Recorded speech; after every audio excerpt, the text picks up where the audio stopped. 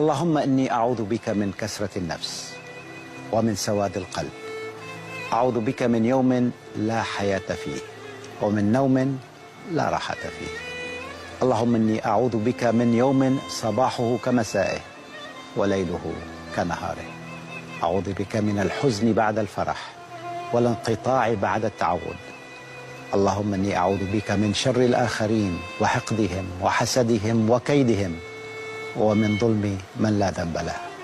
وأعوذ بك من ذلة السؤال وتقلب الأحوال. اللهم إني أعوذ بك من وفاة الروح قبل وفاة الجسد.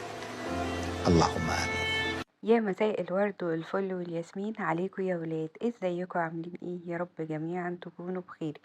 يلا بقى، اللي اول مرة يدخل قناتي ويشوفها ودخل الفيديو صدفة، انزل حالا اعمل اشتراك في القناة واعمل لايك، وكمان شارك الفيديو لاصحابك علشان قناتي تكبر. واللايكات والله يا جماعة مش بفلوس، دوسوا لايك كده، وعايزة دعم منكم ودعوة حلوة جميلة. ونبتدي يومنا بالصلاة على الحبيب. اللهم صلي وسلم وبارك عليك يا سيدي يا حبيبي يا رسول الله. واللهم اخرجني من حولي إلى حولك، ومن عزمي إلى عزمك، ومن ضعفي إلى قوتك، ومن انكساري إلى عزتك، ومن ضيق اختياري إلى براح إرادتك. يلا بقى نبتدي اليوم بتاعنا ونشوف الروتين ونشجع بعض. يعني لو انت وراكي حاجة في البيت، سيبي الفيديو شغال جنبك وقومي اشتغلي واعملي حاجتك. يلا تشجعوا وتنشطوا ونشجع كلنا بعض، ويلا نعمل وننجز حاجات في البيت. طبعا انتوا عارفين انا هنا بروق بظبط شقة ماما كده، يعني خلاص اخر حاجة اوضه النوم عندها وبس كده اهوت، وخلص الروتين بتاعنا.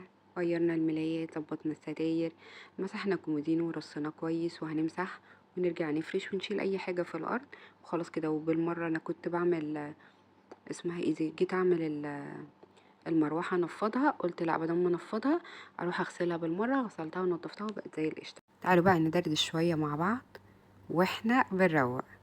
لا تظنوا ان كل من يبدو امامكم مسرورا وانه يعيش حياة مثالية او هو بيت مثالي، فخلف هذه البشاشة اكيد في الم، في حزن، في مرض، في ضيق حال.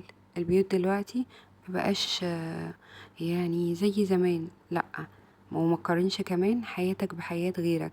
كل واحد حياته يعني دلوقتي ما بقتش صافية، اكيد فيها حاجات، في كرب، في ضيق حال، في مشاكل شخصية، في حاجات كتير يا جماعة. والله العظيم البيوت دلوقتي كل بيت يعني ربنا يعلم بحاله. فانت ما بتشوفش بني ادم بيضحك وبيهزر ان هو سعيد، لا خلاص ده طبع بني ادم. هو دايما بيحاول يوضح لك صورة كويسة. اذا كان هو بيضحك معاك وبيهزر فهو واخدها من مبدأ تبسمك في وجه اخيك صدقة. كل بيت دلوقتي في مشاكله، في ألمه، في وجعه. في ناس لما بتشوف حد بيبتسم وبيضحك بتكتسب منه طاقة إيجابية.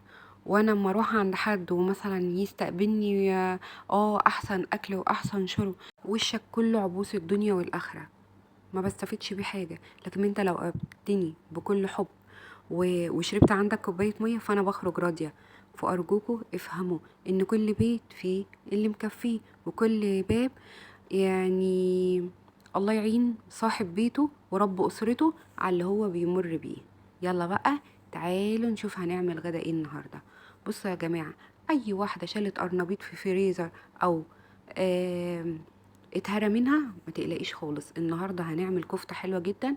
حتى لو ولادك مش بيحبوا القرنبيط، تعالي جربي القرنبيط بطريقتي. بصراحة يعني حاجة كده روعة وخيال، هيعجبكم جدا. قرنبيطك شلتيه في الفريزر اتهرى منك مفيش مشاكل. تعالي هنعمل ايه، هنقطعه زي ما احنا بنعمله كده. هجيب ملح وكمون وتوم مفروم. عندك توم باودر ضيفي، حطينا ملح، حطينا توم باودر، بصل باودر، بابريكا، توابل لحمة. بصوا خلاص على كده. وحبة ملح صيني والثوم، وعندك معلقتين من النشا، معلقتين من الدقيق. عايزة تضيفي بقسماط ضيفي معلقة واحدة وبيضاية. بصي كده، وحطي التوابل دي كلها مع بعض، وكمان مكعب مرقة دجاج. بصي هتاخدي احلى يعني قرنبيط، طعمه جميل جدا. اللي هياكله هيقولك دي كفتة مش قرنبيط. ممكن تحطي كمان توابل اللحمة. بصوا قلبتهم وعندي شوية خضرة من الفريزر طلعتهم. ما عندكيش خضرة مفيش اي مشاكل، يعني الاكلة مش هتقف على الخضرة. هكسر البيضة كمان وهحطها، وهحط نشا، وهحط ايه، معلقتين من دي، يعني معلقتين من النشا ومعلقتين من دي. هشوف القوام الخلطة اللي انا عملتها دي ايه. يعني لو سايلة هضيف معلقة صغيرة من النشا ومعلقة دي لحد ما تربط معايا. انا مش عايزاها عجينة، انا عايزاها يعني، هوريكم دلوقتي القوام بتاعها ايه. بس بصراحة حلوة جدا، جميلة جدا. لو عملتيها في سندوتشات وانتي قاعدة بالليل كده مع ولادك، مش هيعرفوا ان هي يعني ان هو قرنبيط. لان انا يعني غيرت في التوابل بتاعته، ولعبنا لعبة فيه جميلة. في ناس كتير ما بتحبش زهرة القرنبيط او الزهرة، فاعمليها بالطريقة دي ان شاء الله هتعجبك جدا وهتشكريني عليها. بصوا انا قلبتها، القوام بتاعها كده يعني سيكا حلو. هنعمل ايه بقى؟ هنضيف شوية نشا عشان تطلع مقرمشة شوية.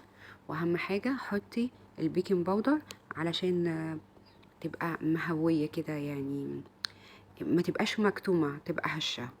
قلبيها كويس جدا واخلطيها، ما تخليهاش عجينة اطلاقا، لا خليها زي ما انت شايفة كده. هنا كنت نسيت احط مرقة الدجاج وضفت مرقة الدجاج، خليها برضه طعمها حلو جدا. وبعدين بشيلها عندي في التلاجة شوية لحد ما بقى التوابل بقى القرنبيط ياخد التتبيلة والطعم بتاع التوابل اللي معايا. وبعدين في قصاد مني طريقتين. بصوا انا حطيتها في العلبة، طبعا انا عملت منها كتير بصراحة واكلنا. بس دلوقتي بقى ايه، قلت انا ما صورتش، نسيت اصور لكم بصراحة. بصوا في طريقتين ممكن تعمليها بيها. هتعملي ايه؟ تحطي في طبق بقسماط كده وتقليها بالبقسماط. بس اهم حاجه دهني ايدك زيت علشان ما تلزقش في ايدك، لان انت لو استخدمتيها وطلعتيها على طول من الطبق على ايدك هتلزق وهتبهدلي الدنيا. وممكن تعملي زي ما انا عملت دلوقتي، طلعيها من الطبق او العلبه بتاعتك، وتعمليها على شكل صوابع كفته او دواير طعميه وتقليها على كده. وفي بقى يعني هما الطريقتين بصراحه كل الطرق بتؤدي الى روما زي ما بيتقال كده. في ممكن تعملي صوابع زي ما انت شايفه كده وتقليها على طول في الزيت، مش هيجرى اي حاجه ومفيش اختلاف بصراحه في الطريقه دي. بصوا الزيت يبقى سخن، وبعدين تعملي زي ما انا عملت العمله المهببه دي بالمعلقه وانزلي على طول. بصوا اهي بقت كفته اهي. والله يا جماعه الكفته دي طعمها حلو جدا، خصوصا بقى لو مع شويه جرجير بقى وبقدونس، حلوه جدا وجميله. جربوها. انا عندي برضو كيس قرنبيط في الفريزر، هعمله. يعني انا شفتها دلوقتي، انا عاملاها بقالي فتره وشفتها دلوقتي بصراحه جوعتني كتير جدا، حلوه وما بتهدريش. يعني انتي ناس كتير بتحب القرنبيط او بتحبش يعني بتحب الزهرة ذات نفسها، بتحبش العنق بتاعتها. فدي بقى الطريقة دي مش هترمي اي حاجة من القرنبيطة خالص، والطعم روعة. اول حاجة بتنزل على زيت ساخن وبعد كده بنهدي النار. وبصوا ما شاء الله عليها، يعني والله حلوة جدا هتعجبكم. جربوها على الطريقة دي. طبعا بقى لو لسه بتشوفي الفيديو انزلي اعملي لايك واشتركي، وعايزة تعليقك الجميل وصلي معايا على رسول الله. اللهم صلي وسلم وبارك عليك يا سيدي يا حبيبي يا رسول الله. ادعوا لي يا جماعة معاكم وانتوا بتشوفوا الفيديو ده وبتسمعوني. لو انتوا استفدتوا ولو 1% وحاجة عجبتكم في الفيديو ده، بالله عليكم ادعوا لي. اي دعوة تيجي في بالكم، احنا كلنا محتاجين دعاوي من بعض. كل واحد يدعي للتاني بظهر الغيب، لعل يكون فينا واحد دعوته مستجابة. ادعوا لي وانا يعني كل اللي هيدعي لي بالمثل ان شاء الله. ليا ملايكة وان شاء الله يردوا لكم الدعوة يا رب. ربنا يجازيكم كل خير يا رب، ويسعد ايامكم ولياليكم ويخلي لكم اولادكم ويحفظكم جميعا من كل شر. طبعا بقى عايزاكم تقولوا لي كمان انتوا بتعملوا القرنبيط ازاي؟ لسه بالطرق القديمة بالبيض الكتير ودقيق وحاجات، ولا بتبتدوا تطوروا من الاكلات بتاعتكم؟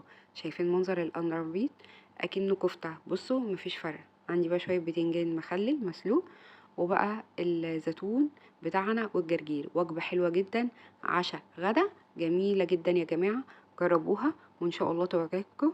اشوفكم في فيديو جديد، والسلام عليكم ورحمة الله وبركاته. اوعوا تنسوا اللايك.